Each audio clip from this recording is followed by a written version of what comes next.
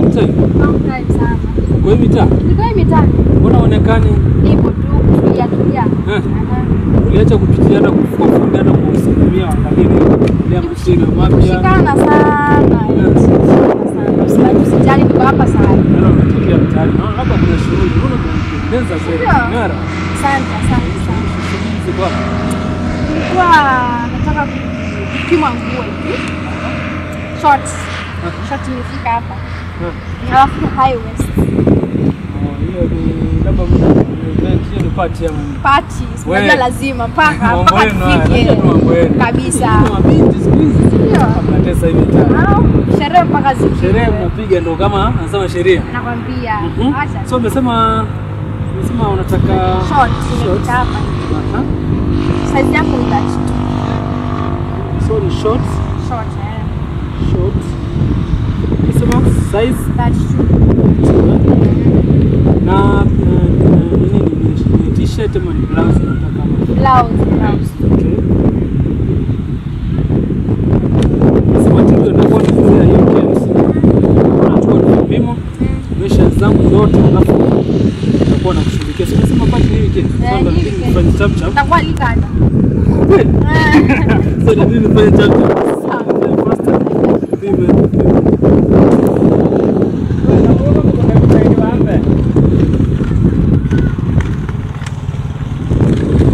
Zimekuwa nyingi bwana. Kila siku napata wateja wapya. Maana sometimes nakuwa ni busy sana. Ndio jambo ni kuharakisha kwa sababu mimi na mtu wangu unajua. Ni rafiki yangu. Naambia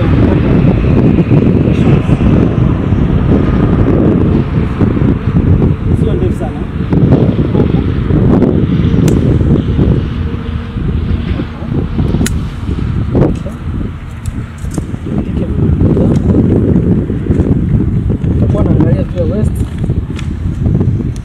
Hapo tutaniachia deposit kidogo. Haina shida nitakutumia.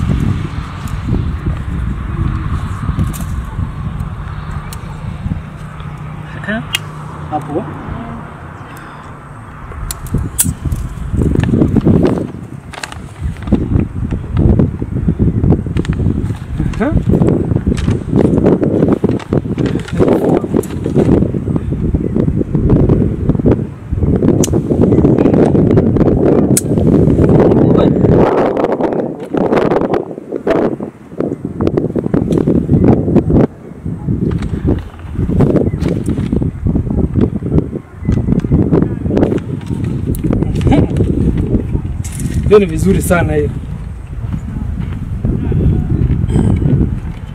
Nishakapta details zote. So hapa itabidi uniachie tu kama kwenye 2000 hivi. Ndio nifanye faster, nifanye kila kitu. Hii weekend nataka uende upige shot. Simesema utaniandika. Kabisa. Mpaka ufike. Siwezi tamani kosa. Ni mtoto mzuri hivyo.